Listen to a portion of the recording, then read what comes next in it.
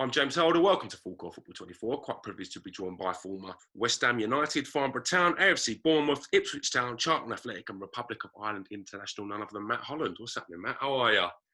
I'm good, mate. Yeah, yourself? I'm very well. I left off Ipswich Town legend as well. I see you've been part of the Hall of Fame of the club as well. Fantastic achievement. Hall of Fame, yeah. Yeah, it's pretty cool, that, especially when you think about some of the names, really, that have played for Ipswich in the past. You know, when I grew up, late 70s, early 80s, they were winning FA Cups, UEFA Cups, you know, the likes of John Walk, George Burley was my manager, Alan Brazil, Tyson Murin. You know, the names just you know, they keep flowing, don't they? So to be in some of that company is pretty cool, yeah. Indeed. I hope everything's been all right with yourself with what's been going on currently. I know it's been testing and trying situation for everyone around the country. I hope you and your family have been all right and handled things pretty well. Yeah, we're all right, thank you. Yeah, it's been a strange time for everyone. You know, difficult time for a lot of people. I'm pretty lucky. I live in the country. You know, we've got a bit of land, bit of garden and stuff. So we've been okay. And the two boys, I've got one in America actually, doing his university. He came back during the lockdown, so we had him at home. And the other one works in London, lives in London, but again, you know, they shut the office, so he came back, worked from home. So we were all at home during lockdown. So that was good. They've flown the nest again. As soon as he could get back to America, he's gone straight off. He had to wait until they cleared the student visas to travel. So he's back out there now in America, and the other one's back in London, just moved house. So we're back on our own again. But it's been fine. You know, I know there's a lot of people struggling with it, and it's been tough for a lot of people. So we've been okay, thanks. Hope you've been all right as well. Yeah, can't complain. It's been an adjusting period, I think. Like everyone, the unknown and trying to sort of plan ahead. It's a testing time. It really is. Yeah, it is. Even with the job that I do now, I mean, I'm sort of lucky really to still be in football and doing, you know, lots of commentaries and TV stuff, radio, etc. That's all very different as well. You know, during the lockdown, we were doing a lot from home. So I was doing a lot on Zoom like this is now. I'm working from here. And now I'm back at the games, I'm back at the grounds. And it's so strange, you know, commentating when there's no fans inside the stadium. It's just bizarre.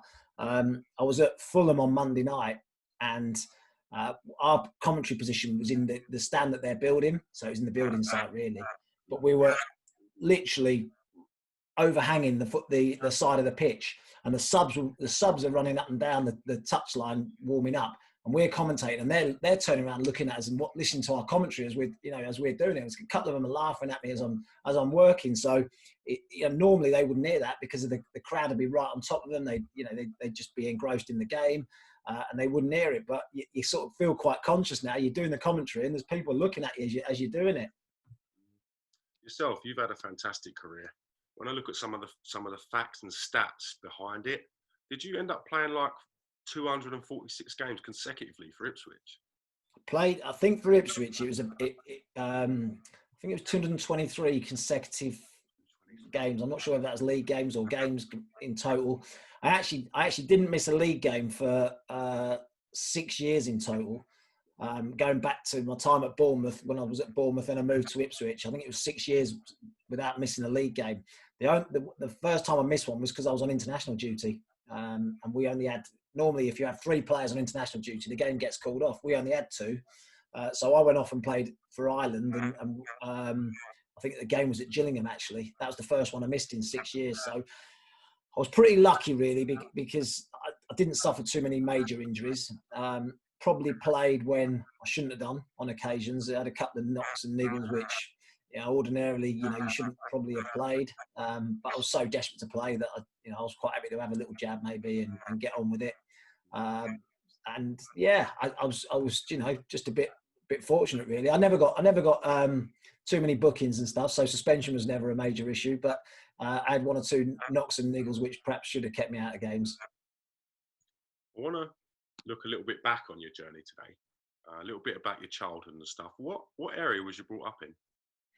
I was born near Manchester, actually, a place called Burley, and I lived there. I'm trying to think. Well, I was about 9 years old when I moved south for my dad's job. My dad was a bank manager, and he worked in Manchester, and So we lived Bury, which is about 9-10 miles from Manchester.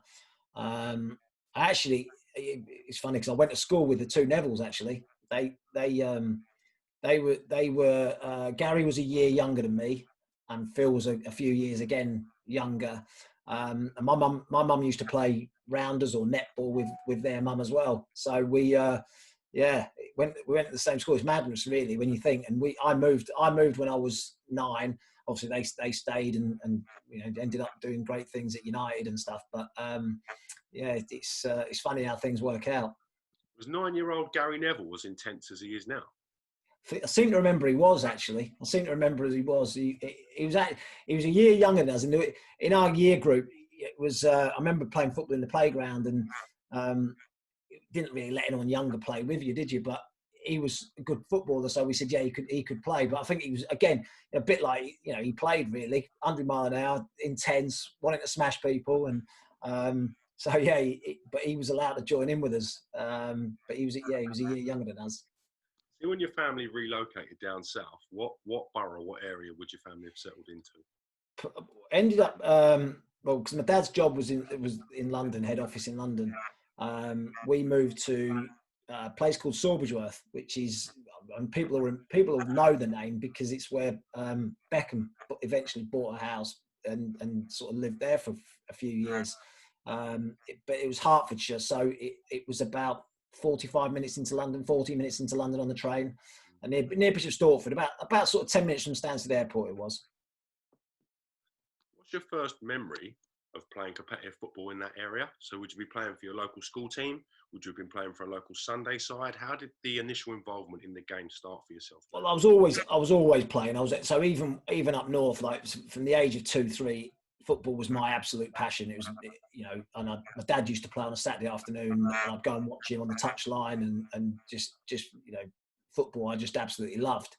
And I played for teams up north as well. So that I played for a local Sunday team, and then I'm trying to think. As soon as I moved down south, sort of 9 years old, first thing sort of me and my dad did was look around, trying to find a club, really, trying to find a team to go and play for, because that was the passion. So it was look around, look at the leagues, look at who was doing quite well in the leagues and all that sort of stuff, who had good reputations as local Sunday clubs.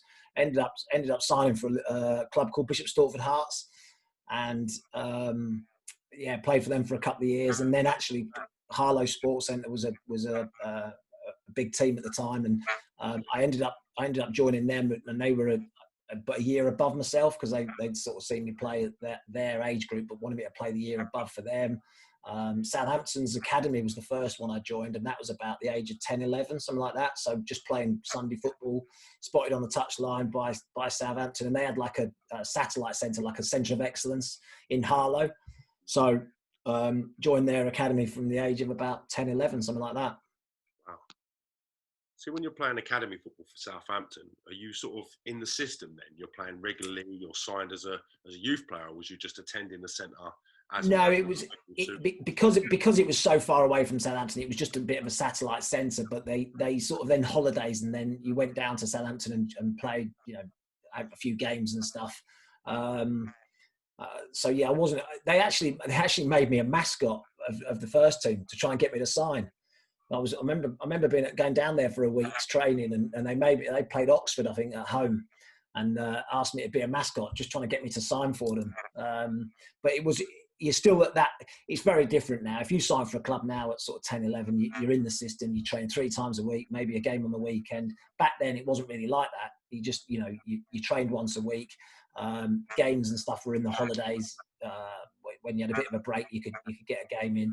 But generally, you weren't. The intensity and the amount of games that you had to play weren't it just wasn't the same. You could still play for your Sunday club. You could still, have the enjoyment of playing that as well with your mates. Whereas now, unfortunately, I think they probably. I know you've got to do the coaching. I know you've got to teach the kids, but I think they probably do too much too soon, because sometimes it takes away the enjoyment for the kids as well. I think you still need to have that competitive edge as well of winning things and cup finals and playing with your friends as well. The academies don't necessarily, they teach you lots of good things, but they don't necessarily teach you the winning mentality, the fact that games mean so much when if you're playing on Sunday for a Sunday team and you've got a cup final coming up, it means an awful lot to go and win a trophy when you're sort of 10, 11 years of age. And I think sometimes they miss out on that, where they're being taught technically brilliant stuff and they're all technically very good footballers, but don't necessarily have the fight and the hunger. Did you move from Southampton's academy to Arsenal's academy? Yeah, so I was again, just playing Sunday football. Although I was with Southampton, I said you could still play Sunday teams for your teams in Harlow Sports Centre, and I was playing representative football as well, so like county football and league, representing the league that I was playing in and things like that. And it was playing for Hertfordshire, I think, or the Mid Hearts League or whatever league I was in at the time. And Arsenal were at one of the games. Steve Rowley was chief scout, I think, for many years actually after that. But he was on the touchline and spoke to my dad about me going to Arsenal, and sort of sold the club to him. And so I ended up signing for Arsenal, probably the age of 12, something like that. Crazy that Arsenal's chief scout, someone that went on then to be such a huge impact on the club, was one of the players that found you for Arsenal. Well, he wasn't a chief scout at that time because he was just he was a scout and he was making his name for himself and trying to find players and going to watch games and stuff. But he eventually became the chief scout. He was one of the main men at Arsenal years down the line. But at that time, he was just a regular scout going to games, trying to find players. But he was a really good guy, and I learned a lot there at Arsenal as well. It was a good club to learn from. Was there a big difference from the Southampton setup academy to Arsenal? Bearing in mind, I know you was at the satellite, so you wouldn't have spent that much time in comparison to you did at Arsenal's academy. But could you see a big difference in professionalism or levels? Maybe a touch, yeah. I mean, I think there probably was. I think the big difference was that obviously Southampton the training was done in a sports centre in Harlow, whereas Arsenal's you were going to the ground and they had a big indoor arena at the ground. So you're driving up to Highbury to go and train. So as a young kid growing up, I guess it's more impressive than going to a local sports centre to train and going into Arsenal's football club and this massive great indoor arena behind the back of the one of the ends at the stands at Highbury. So that was a bit more impressive probably. And obviously the training was very good as well. But it was good. I mean, they eventually released me. They said I was too small. It was a nice way of saying to a 13, 14-year-old lad that they're actually not quite good enough at that particular time. I wasn't the biggest at that time. I was probably about 16 before I really started growing properly. But it was like I said, a nice way of saying to a 13, 14-year-old, 14 probably, thanks, but no thanks. Quite a tough age to be released. Very impressionable at 14. I think it's go either way, can't you? That's absolutely right. I think that's the key. It's which way you take it and how you respond to it, because everyone gets setbacks. I don't care who you are. You might be Gerrard, Lampard, whoever you are. At some point, someone's told you you're not quite for them. You're not good enough. You're not going to do this. You're not going to do that. And it's up to the individual really how they respond to that. You can fold. Some will go, do you know what? I'm not going to be a footballer. That's it. I won't play, and not end up just knocking it on the head and not even doing it at all. I was one of the kids that didn't enjoy it, being told that, and thought I'll prove them wrong. It's just in my nature, really. That's just the way I am, the way I'm being built. So my philosophy then was, do you know what? I'll show them. Or I'll just go back and play. Like Dad said, go back, play football, enjoy it, see what happens. And that's what I did when started playing for the county again. Was playing for Essex and it was ironically Frank. I just mentioned Frank Lampard, but it was his dad actually that got me to go to West Ham. So just playing Sunday football, he was on the touchline and spoke to my dad afterwards, asked me to go training with West Ham, and that was it. I think Frank might have been playing on another pitch or whatever, and he was there, and so that was it. I just ended up signing for West Ham at the age of 15, something like that. You must be a very, very technical player, very good for what you're doing, because to struggle with your height at that age, but then to keep getting picked out by these top people within the game. I think obviously Frank Lampard Senior. These are people that have got a great eye for a player. So you must be doing something very, very. What's the word I'm looking for? You must be playing at a very high level think I don't know whether I'm not. I mean, I'll be the first to admit I'm not the most technically gifted player that's ever walked the earth. You know, I kept things quite simple. You know, I didn't try and over elaborate. I wasn't someone that wanted to beat 6-7 men. It wasn't really my game. I mean, I might have done it in the playground and stuff against kids that weren't as good. But when it came to matches and playing for the county and stuff, that wasn't really my game. But I think what I had was, it's difficult to talk about yourself. I had a good character, I think. You know, I had a big heart. You know, I wasn't the most gifted, but I had a desire and a hunger and an attitude that wanted to succeed. And that's, you know, something that's the most probably difficult thing to teach anyone. You know, when I look at kids now and I see, you know, how good technically some of them are, they don't necessarily have the hunger, the desire, the work ethic, the work rate, because there's so many distractions. There's so many other things going on in their lives that they've got other things going on. They don't necessarily have that real love of the game. Whereas for me, from the minute I could walk, as I say, I had a football under my arm. My first pair of boots I slept in. I got them for Christmas. I slept in them for about a week. It was just my love, and I think that's the reason why I ended up having a career. Not because I was the best player that's ever walked the earth, but because I had a good attitude to the game, I think. Is there anything better than the smell of a new football? You know, when it's brand new, it's actually like that Mitre Delta, that brand new smell with that soft leather. Do you know what? The dressing room smell. That dressing room, when you've got the deep heat and that when you walk into a dressing room and you've got, you know, the manager doing his team talk, you've got the lads putting the deep heat on or whatever it might be, and you know, you lads, someone's getting a massage, just saying, just that smell of the dressing room. It's just, you know, you can't beat. I mean, I look now and I can't beat those days really of being a footballer, because whatever I do now, nothing to touch it.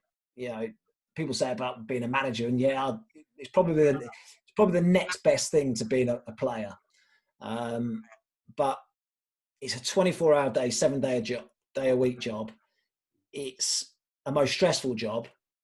I always say I'll be divorced if I was a football manager, because I'm someone that lives, sleeps, eats, breathes football. Every game, every training session, every decision I had to make, I'll be bringing it home. I'll be thinking about it. I'll be talking about it, and I'd just be divorced because of the way I am about football. So what I'm doing now, being like a pundit and radio and media and stuff like that, yes, I'll bring it home, and yes, I'll watch lots of games, and yes, my missus gets frustrated with it, but it's not. I haven't got the stress of being a football manager and having to get a result a weekend. So I can have a day off. I can have a weekend off if I need to have a weekend off. And you know, we get by. But if I was a manager, I think it would be a nightmare. See, when you joined the West Ham Academy, at the time, they're one of the top tier academies in the country. So like you mentioned, Frank Lampard, I'm guessing Joe Cole would have been there, Michael Carrick, Rio Ferdinand. These are players that like massive talents at the time as well. Leon Britton. So you're talking about. Well, they were all. A lot of those players were a bit younger than me, my age group, and coming through. But we were well aware or made aware of these lads that were coming through. Everyone used to talk about it. I think it's probably about, I'm trying to think now, 4 years maybe below where we were, 3 or 4 years. But we said we'd be under 18s, and everyone would be talking about these under 14 lads that we've got coming through. We've got this lad, this centre half, this Rio Ferdinand. He's going to be a Rolls Royce. You know, Harry would be talking about Harry Redknapp, and got this Rolls Royce for centre half coming through. Can't wait to see him. Joe Cole, honestly, things he can do with the ball. He's like Di Canio. You know, he's just. But so 17, 18-year-olds, you're thinking, oh great, you know, we've got these young lads coming through and biting at our heels. But we were well. Yeah, it was a great reputation, West Ham, for you know, academy talent and being a conveyor belt of players coming through the system. Fans loved seeing one of their own get into the team as well, and that's one of my big regrets and disappointments really, that I didn't get really much of a go at it at West Ham. But I look back and think I probably wasn't ready at the time. You know, people develop at different ages, and you know, some are ready at 15, 16. Rooney gets into the team at 16. He's built like a man. You know, his mentality to the game, no fear. he was ready to go into a first team at 16. There's others that develop a bit later and need, a bit more work and, 20, 21 before they're ready to go. I was sort of 18, 19 and maybe not quite ready to get into the first team at West Ham when I look back and think logically about it now. At the time you think you are. At the time you think you should be getting a chance. At the time I'm sort of knocking on his door saying, what about me? Any chance I can get a bit of a game? But I look back now and think it's probably the right thing for me to do, to go down a couple of levels, go and play at Bournemouth, continue to learn my trade, just perhaps the right thing for me to go to do that rather than be thrown into the first team at West Ham. It might not, I might never have had a career if I'd been thrown in, failed, didn't happen. I might never have had the career I did. What was Harry Redknapp like with you as a young player? Did you have much interactions with him, and was he good with you when you were coming through the system at West Ham? Got on really well with Harry. I got on. There's that famous video that does the rounds about Frank Lampard and Harry Redknapp saying that everyone's seen the video. Scott Canham, who was a year below me, but he went to Orient. I'd gone off to Bournemouth, and there's the big fans forum, and the bloke asking why we hadn't had a chance in the first team, and Harry says that Frank's going right to the top, and we weren't ready and weren't quite good enough or whatever. So there's that famous video. But Harry was always really good at me, and I got a lot of time for him. I thought he was a much better coach than people give him credit for. People say, he's great in the market, he's good man manager, he's a wheeler dealer and all that sort of stuff. But yeah, he's good at those things, but actually he was a much better coach than people gave him credit for as well. So yeah, I got on really well with him, and I think he liked my attitude. He liked the way I went about things, and I always feel pretty good that I think I was 28, 29 when I left Ipswich. He tried to sign me for Portsmouth then. So although I signed for Charlton, he did try and sign me back later on in my career when he was manager at Portsmouth. So that makes me feel pretty good that although at that time, he said those things and he let me go from West Ham, he did try to sign me later on. Always felt a little bit sorry for Scotty Cannon when that video came out. Obviously, you were mentioned a little bit, but he seemed to be right at the forefront in comparisons. Do you think that was quite a tough thing for him to deal with at the time? Yeah, I mean, it wasn't perhaps the video wasn't that famous then, was it? When it first happened, I don't think it was that big a deal. It's only since really we've seen what Frank went on to achieve and what he did at Chelsea and what he's done for England, etc. And it's only then that the video's become a bit more notorious, because I think before that, no one really batted an eyelid at it, did they? I mean, no one really thought about it, and it only became a big thing when Frank got right to the top. So I don't think it was,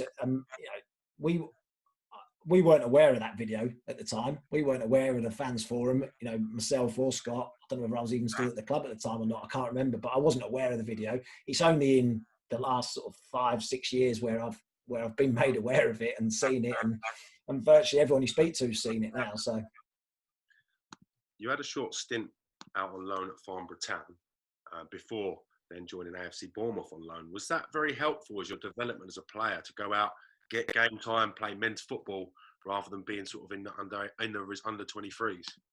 Or what would have been the reserve team then?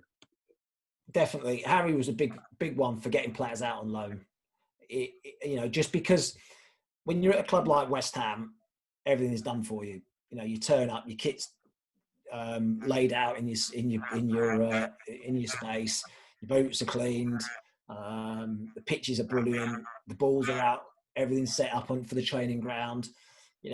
Everything's perfect really when you're at a Premier League club. When you go down the leagues, it's not perfect, and it's a bit of an eye opener, a bit of a learning curve. When I went to Farnborough, that was brilliant, but I was still training Monday to Friday at West Ham and playing the games at the weekend or midweek for them. So I was still doing my training every day with the club. So that was a bit different. When I went to Bournemouth, you turn up, you're getting changed at the ground. So you turn up at the ground, you get your kit on there, then you drive to the training ground, which they didn't own a training ground. They hired a thing near the airport at Bournemouth, a piece of land, which was all right. But then you get back, you finish training, it might have been peeing down with rain, mud everywhere. You got to get back in your car, in your mud, with all the back in your car, drive to the ground, have your shower there, take your kit home with you, wash it for the next day. No food after training. You know, when you went to matches, you didn't travel the night before, stay in the hotel. You travelled on the morning of the game. You'd meet at 6 o'clock at the ground, at 6 o'clock in the morning to try and travel to Crewe, 4 or 5 hours away. You'd get up there. You might have a pre-match meal at a hotel if we were lucky. That's if the check didn't bounce. We did we played a game. We'd get on the bus to come home. You might have fish and chips if we were lucky on the way back. If not, we'd have £2 each at the garage to spend on food and a drink. And that was the life, really. So it's an eye opener for lads who have been used to having the best things, really, to go out and say, Harry used to say, look, if you're not here, you're going to be there. Where would you rather be? And it toughens you up. And when you're playing first team football, it means something. Like the 3 points means something. Look at the Saturday. Oh, those 3 points got us in the playoffs. Those 3 points getting us out of the relegation zone. Those 3 points take us top of the league. Whatever it might be, it starts meaning something. You know, you're playing in front of a crowd. Rio Ferdinand came to Bournemouth. You know, we're talking about some of these players. When I was at Bournemouth, Rio Ferdinand came on loan, played a dozen games for us. Frank Lampard went to Swansea, I think, when they were sort of down the leagues. So it wasn't just me going out on loan, or he sent everyone out on loan, no matter who they were, what level they were at, or how good they were, because he wanted them to see it. He wanted them to go and have a look at what you might be doing, and you know, it's a bit of an eye opener, really. So whilst I say all that, I had some brilliant years. I had a couple of brilliant years at Bournemouth as well. You know, we were all the same age, group of lads who were. The majority of them were sort of released by Tottenham, West Ham, Arsenal, or whatever. And we were down there and 20 to 22, 23, something like that. So we had a really good group of lads. And Mel Machin was the manager, who was a brilliant bloke. I couldn't speak highly enough of him. So, yeah, I had a great time there. But it is very different to what it's like at the top. When you signed full-time with Bournemouth, are you now thinking to yourself, I need to really knuckle down here, I need to get myself back to the level I've been playing at? Or are you more, embracing the experience and trying to take in and soak up everything and knowledge from the other pros? I never thought I had to knuckle down, because that was my thing anyway. You know, I always worked hard no matter where I was at. You know, my ambitions never changed. My ambitions were that I wanted to be playing at the top level. I wasn't, you know, for me, I don't say I saw it as a stepping stone.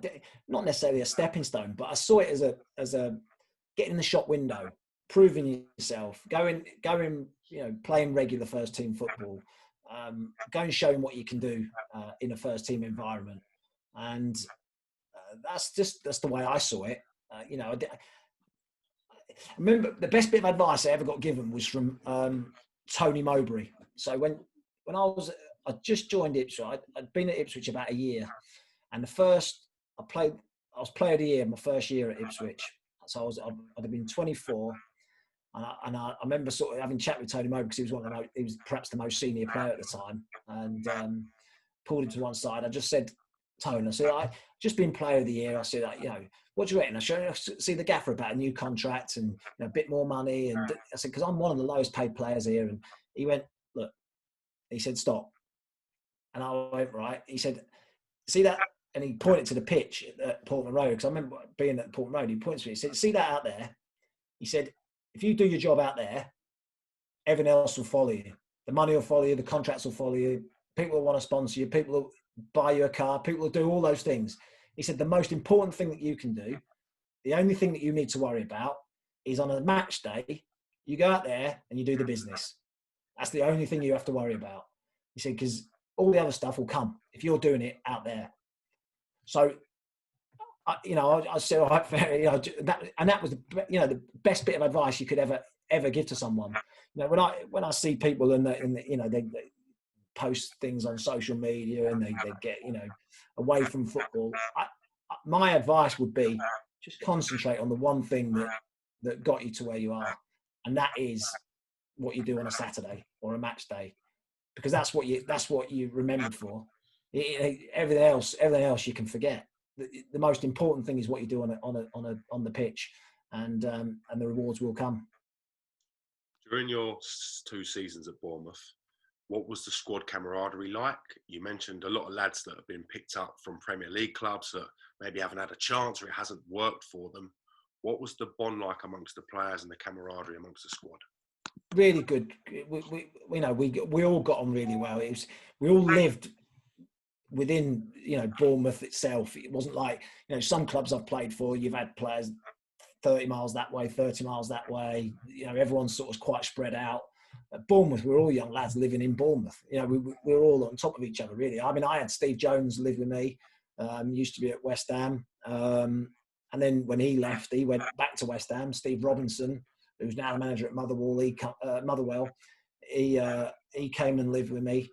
We had Jimmy Glass and Jamie Vincent next door in the flat. Steve Fletcher and Scott Mean used to live together, but we were all very close and so got on really well. It was a really good group of lads, to be honest. And it's great to see the club where they are now. I know they've just been relegated, but they're still in a great position financially, because when we were there, the amount, we weren't getting paid for 2 months at a time, and the club was about to fold. We went into administration, and it was a nightmare. But honestly, the lads couldn't have been better, to be honest. See, when there's such a good group here and you're all the same age, and you're in a big town, a seaside town, which is kind of in its own bubble, its own world, what's it like? What's it like going out with the players? It's dangerous. Was it carnage? It's dangerous. Yeah.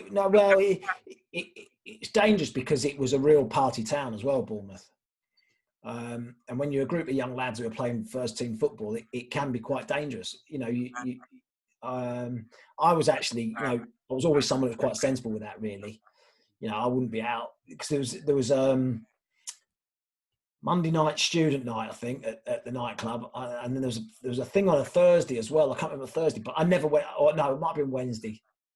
And a few of the lads would go out, of course, but the nearer the game, the nearer the weekend, I never went out really, and I never really drunk much at that time either. So my focus really was I wanted to have a good time and I wanted to have enjoy the lads' company and stuff. But my focus really was the football. Sounds a bit boring really, but for a 21-year-old to say that, but it was my focus. It is a dangerous place to be when you're in quite a small town and it is a party town as well. See how you're very focused at this age. You're determined to let the football be your main focus. Is it frustrating for yourself when you've got teammates that are maybe on the other side of the spectrum that are sort of entangled in the nightlife a little bit? Is it frustrating for yourself as a player, or do you try to draw a line between professionalism and off the pitch stuff? I think you have to sort of switch off to it really, and not worry about it too much. I think everyone's got decisions to make, and you can't make decisions for people. You can advise, you can tell people what you think, but you've got to be careful not to. I think you can go over the top with it as well. All you can do is try and because I was captain at Bournemouth as well, so all you got to do really is try and guide people and sort of give them what you think is the best way forward. But ultimately, you can't tell people, you can't make people stay, and you can't make people do those things. So you have to sort of take a bit of a backseat to it a little bit. I think I was very conscious not to be sort of preaching to some of the lads. It's everyone's own decision really, and you've got to make those decisions yourself. You played very well at Bournemouth, as you said. You were made club captain. Great accolade to have. Was it a difficult decision for yourself to leave when Ipswich came calling for you? No, because I had to go really because the club was in administration, and they were inviting bids for any player really. It was a time where they had to bring some money into the club, and I was at the time probably their most saleable asset. So they had a few offers, I think talking to the administrators, a few derogatory offers, people trying to get me on the cheap, and then the bid came in from Ipswich, which they accepted. Said I can speak to Ipswich, and I knew really straight away that I was gone really. George Burley came down to Bournemouth, met me at the Royal Bath Hotel, and we sat and had chat for crikey, a couple of hours, talking about the way he saw me playing for his team, what he sort of team, where he saw the team going, etc. Who he was looking at bringing in, the team that he had already, and I was done. Yeah, I'm going. I'm in. Remember going back because my wife, she was my girlfriend at the time. I said, we're moving. She said, what do you mean we're moving? I said, we're going to Ipswich. She said, what do you mean we're going to Ipswich? I said, well, I'm going to Ipswich. I'd like you to come with us. You know, I want you to move with me if you want. Anyway, ironically, she was actually born in Ipswich, but moved down to Bournemouth with her dad's job. And so, yeah, that was it. It wasn't a difficult decision really. It was a step up. It was a league up. It was a team that was challenging to get into the Premier League because it had been in the playoffs that year as well. So it was a no-brainer for me to make the move. Did you hit the ground running at Ipswich? Was you straight into the team immediately? Yeah, I was straight in the team. Funnily enough, he signed me, George, to play what he called the Steve Sedgley role. So Steve Sedgley had been there the year before and played as a sweeper, if you like, middle of a back three. But when they wanted to change it, he'd move him into midfield. So he saw me doing that. I played at the back for Bournemouth quite a bit as well. So he saw me doing that role. And I started off in that position. No, I started off first game in midfield. And then anyway, I ended up going at the back for about 5 or 6 games. And then we played Stoke over 3-0 down, I think. And he put me in midfield at half time. The game finished 3-2, scored. And then the next game, he played me in midfield against Torquay in the cup, and I scored twice. And we won 3-1 or something. And that was it then. It was like I was a midfield player, really. I mean, I always felt at that age, especially, I was sort of 23 when I signed for Ipswich, that I had too much energy to be playing at the back, really. I just wanted to be running around and being a box-to-box midfielder and being in the thick of the action, and felt I had too much energy. But obviously, you do what's required for the team. As soon as he put me into midfield, I just enjoyed it. It's got the buzz. I scored against Stoke, scored 2 against Torquay, and that was it, really. The rest of the season, I think I ended up scoring. I think I scored 12 that season. Got Player of the Year, and we missed out on the playoffs again. But it was immediate, really. The rapport that I had with the club and the supporters. As soon as I got there, it just felt like home. I just remember being, like walking, just turning up to the stadium for the first time, signing for the club, and just looking at the place and walking out the tunnel, and it just felt like it was my home, if you like. It just felt good. What was George Burley like? Excuse me. What was George Burley like as a manager? What was he like tactically? How did you get on with him initially? Brilliant. I mean, he was brought up obviously in the Sir Bobby Robson era, because he was his manager when he was in the team at Ipswich, and the big philosophy at the club was passing. He wanted his team. So Bobby Robson's philosophy at the club was to pass the ball. So George had this thing about passing. So we did passing drills every single day, because that's what he wanted us to play. He wanted us to pass the ball. He wanted us to play. So we did passing drills every single day. And he probably did more than any other manager individually with me to make me a better player. Because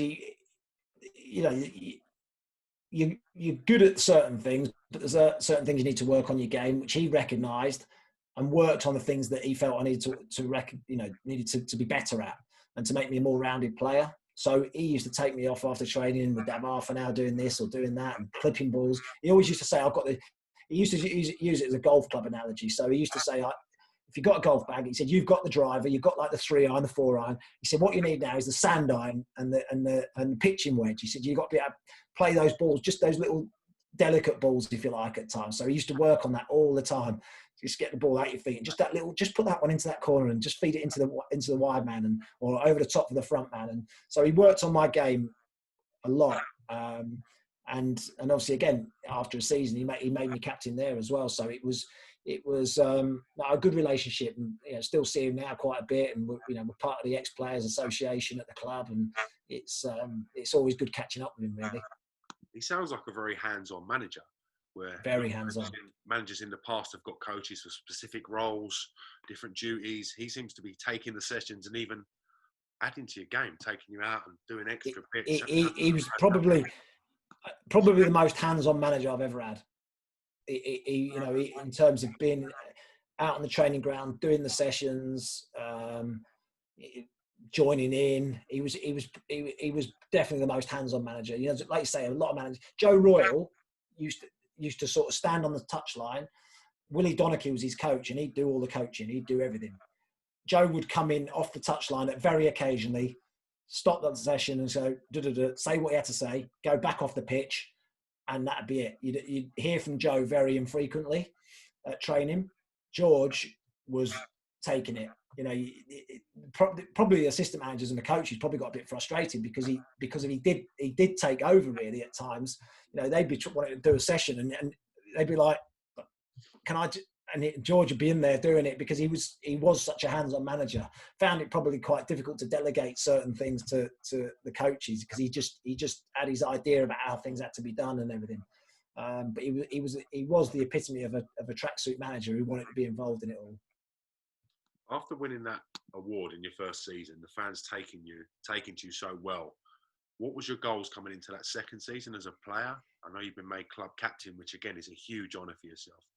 What were your personal goals for that second season? To be honest, I don't think I set any necessarily personal goals. I never really set personal goals particularly. I mean, obviously as a midfield player, as a box-to-box midfield player, I like to score goals. I like to get a few, but I never set myself as a real target, if you like. I think the target was promotion because we failed in the playoffs. We failed. I wasn't at the club, but we failed the previous year in the playoffs. I think the target was let's get up. I think that's that. And then again, we missed out on the playoffs. So for 3 years running, the club had missed out on the playoffs. It was the fourth year before we eventually got up. And we might have even been promoted automatically, but I think Man City won the last game of the season, ended up going up with Charlton, and we had to go back in the playoffs again before we won it. But I think the aim really wasn't necessarily individual one. It was more a team one, club one. It was getting Ipswich back into the Premier League, really. Yeah. Before Ipswich got to the Premier League, no doubt you've seen players come and go with the club. What was the bond camaraderie like? Was there a lot of nightlife amongst the players at Ipswich? How did that side of things work at the club? Yeah, there was. I mean, again, a good group of lads really, and a good mix. You need a real variety really, and it was a little bit different to Bournemouth because there was more experienced players as well. So it was there was more of a broad spectrum of individuals really at Ipswich rather than at Bournemouth where we're all young lads really. At Ipswich there was a real mixture. There was ones with kids, there was ones without kids, there was young kids, there was all sorts of a real eclectic mix, if you like. Again, a lot lived in Ipswich. I actually lived a little bit out. I lived towards Colchester because my family was sort of Bishop Stortford still that way. My wife's family were all still Bournemouth, so we were a little bit nearer that way, if you like. And plus, it was nice to be out the town as well. Rather than walking through the town and being stopped all the time. Not that I didn't get stopped in Colchester or whatever, but it was less than it would have been if I was middle of Ipswich as well. So there was lads going out and nightlife and stuff, but it was different to Bournemouth. It's not Ipswich didn't have the same nightlife as Bournemouth, and it was a very different mix of characters as well, rather than all young lads really. So any card schools, any players sort of gambling and stuff? Was that sort of not big, not big money at all. I wasn't really one for that. I didn't like the fact that you could turn up at a game and someone had lost a fortune really, and then they're thinking about it come the game as well. We played for a fiver a head or something. It was nothing like it was just a game of crash or something, and it was absolutely no. Never any big money card schools. I'd seen big money card schools on Bussy. West Ham, when I was a young lad at West Ham, some of the money that used to fly around the back of the bus at times. But no, I didn't really. I wouldn't really be one for that because, I think it can cause a bit of an issue really for lads if they've lost a few quid before they go and play a game. Have you seen lads fall out over card school bets and bets that have gone a little bit too far? I don't remember it. No, I don't remember it. But you know, if you've got a mix of people who are playing, and you've got someone who's not on a lot of money, and someone who's on a lot of money, and someone who's not on a lot of money's lost a few quid, you know, it can be quite bad. But I don't remember any specific incidents where there's been any fallouts really. But it's something I think you have to be careful of. Talk to me about the feeling that knowing you're going to the Premier League, that knowing that you've captained the side that are going to be playing in the Premier League the next season. How does that feel as a player? It's brilliant because it's where, not the culmination, but it's you know, you've set yourself. I said I didn't set personal targets, but I set the club targets. I set the team targets, and you know, getting to the Premier League was it.